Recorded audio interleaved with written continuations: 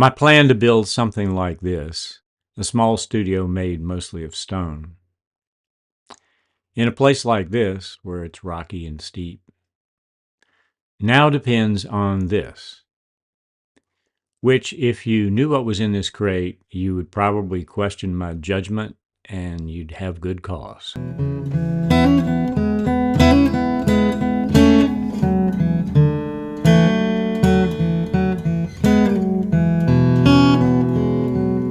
Welcome back to my channel and this series on building a small stone studio, a series in which I demonstrate that my parents were probably right when they used to say I had rocks in my head.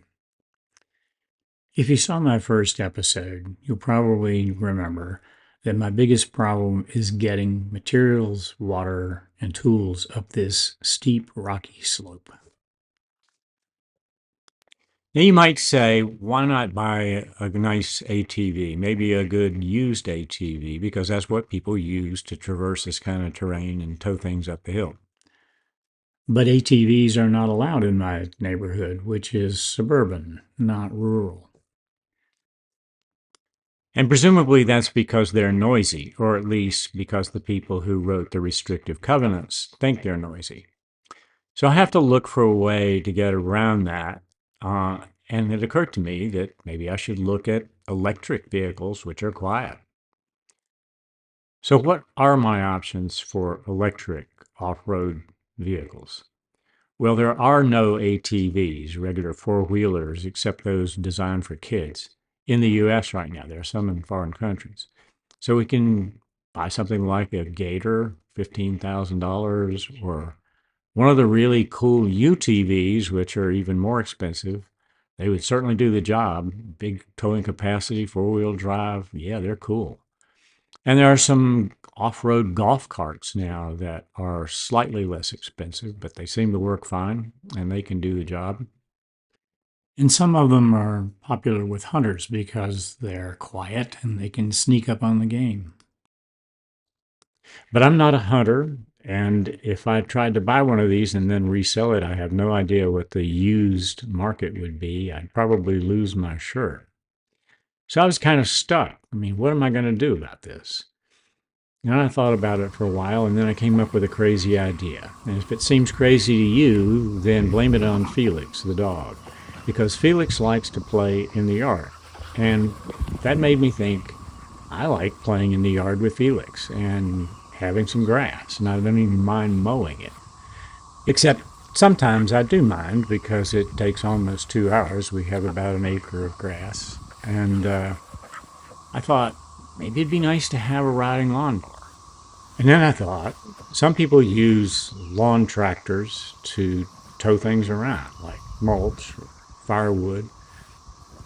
And I have mulch to spread, and I've been shoving it around in a wheelbarrow, and that's no fun. So maybe I could use a lawnmower, and Felix thinks so too, because the grass is too long right now. The ball doesn't roll nearly as well when the grass is too long. And even though I don't mind mowing, I listen to audiobooks and music while I work. It does get old sometimes to spend 2 hours at this. And it's noisy, and I'm burning gas. So guess what I decided to try? An electric lawn tractor. Now, it's not unusual for people to use lawn tractors to tow things around the yard. But these electric lawn tractors are relatively new. The advantage would be, if I used it for the project, that I wouldn't be disturbing the neighbors with my noise because the tractors are quiet. And I thought I could remove the mower deck, give myself some ground clearance to climb over the rocks in the trail, and then when the studio project was over, I could put the mower deck back on the tractor and use it as a lawnmower. And tractors, as it happens, are specifically allowed by our restrictive covenants. Now, Ryobi is not a sponsor of this channel, and I have no relationship with them. And if I asked them, they'd probably say, no, this is not a recommended use for this nice little lawn tractor of ours, to take it off-road on a steep, rocky hill. But I think it might just do the job. There is a risk to the machine and to the project, and it has to do with the slope. So it's easy coming downhill from the house, and I've got a nice bridge to cross the stream. But as I get up into the narrow area, it gets very steep. 7-degree slope, then a 10-degree slope, which is about 17%. And then around 9 or 8 to finish up the trip up the hill. And in Ryobi's literature, it says, don't tow if the slope is greater than 5 degrees. Well, I would be towing on slopes a lot steeper than that. So what should I do?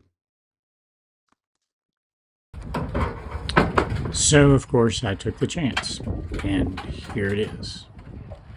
Now, these mowers aren't cheap, about $5,000 for the 46-inch deck model. But that's about a third of what a new UTV or some equivalent would cost me. I went for the 46-inch model because the horsepower is a little higher, 23 horsepower, and I need all the horsepower I can get. So here it sits in my garage. I wanted the crate because scrap lumber is always useful in a construction project. Of course, it took me about 2 hours to take all those pieces of lumber apart, unscrew them all, pry the nails out, and it only took about 15 minutes to get the tractor out of the crate. You'll see here that the crate is sitting on top of a pallet, and that's not the arrangement Ryobi shows in its instructional video. And that presents a little bit of a problem when it comes time to drive the tractor off the crate. When you peel back the plastic, this is what you see. Nice shiny mower with a cardboard box taped to protect the chute for the mower deck.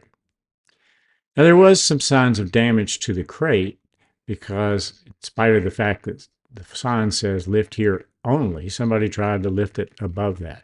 I didn't see any damage to the mower itself, and I looked pretty closely, so I'll keep my fingers crossed that everything's okay when I actually start using the deck. But I had to build this ramp to get the thing off of the crate because it was up on a pallet. So that took me a little while. And then the question was, would the ramp hold up when I drove it off the crate? Yes, it did. So you just drive it off and then you hang up the charger, which is 2 screws, and they go in easy, and it's a nice piece of equipment, the charger. Now, it only took about 15 minutes to top off the battery, and then I was ready for my first ride, which was bumpy and bucking at first because this thing is very torquey, and if you don't position your foot correctly and push smoothly on the accelerator, you'll have a jerky ride. But I learned, and it smoothed out, and it was fine. A little bit of rattle you hear is from a hook that supports the mower deck, and because I had removed the mower deck, that hook was banging around. I had to wire it up to the chassis, and then the banging stopped. So the next question was, how would it handle the hill? I put a light load in the gorilla cart, and we were on our way.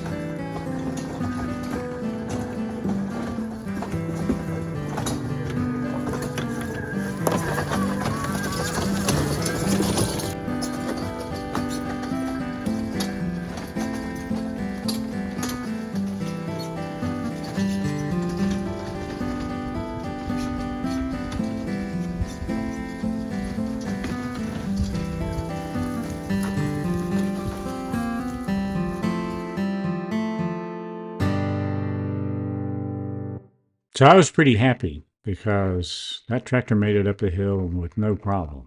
And there was some load on the tow. Here's my setup. The tractor without the mower deck and a 7 cubic foot gorilla cart attached by a 2-inch sleeve hitch. You can't back the gorilla cart up because that's a handle, not a real tongue for a trailer. So I have to detach this every time I want to back up. That's a hassle, but not too bad. And it footed out with moderate loads. This is about 200 pounds of concrete mix. And a 7 cubic foot gorilla cart can handle all of this and a lot more.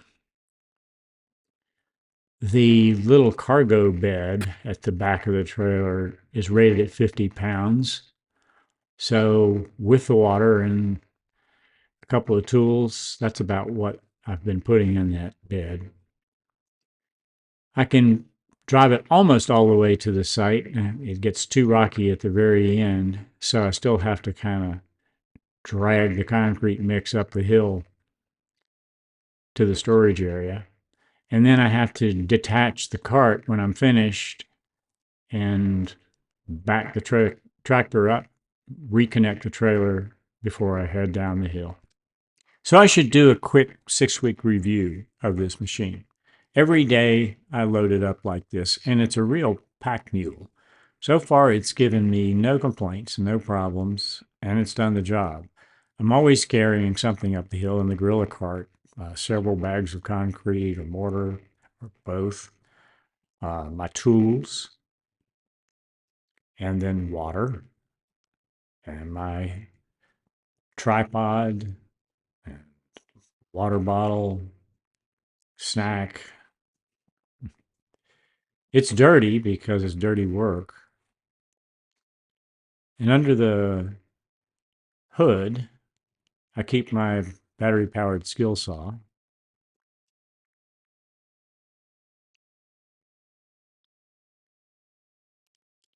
And then there's an auxiliary charging port, 2 different kinds of connectors, so I can charge my cell phone and my earbuds. So yeah, this thing is a pack mule. But when my studio project is over, I'm going to put the tractor out to pasture and let it eat grass. So far, the only time I've overloaded this pack mule was the day I put 4 80-pound bags of concrete mix in the gorilla cart, plus the 5-gallon bucket full of water in the cargo bin. And when I got to the very steepest part of the trail, it hesitated for just a split second, and I thought it's going to cut out. But it didn't. It just hesitated and then kept right on going. But I had found the limit, and I don't intend to tow that much again. Out of an abundance of caution, I should put on the record that this lawn tractor, nice as it is not designed to do what I'm asking it to do, and maybe you shouldn't try this at home. So I know this video has been something of a sidetrack.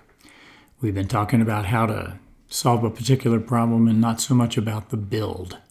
Well, let's get back to the build. Let's finish pouring the footings, and then let's start laying some rock. And instead of talking about a high-tech electric tractor, we'll be talking about some caveman tools and how to use them to work with stone. Meanwhile, thank you for watching. Please like, share, and subscribe. And leave comments if you'd like to. I'd love to hear from you. I'll leave a few links down below in case you're interested in the lawn tractor or the gorilla cart. And I'll see you next time.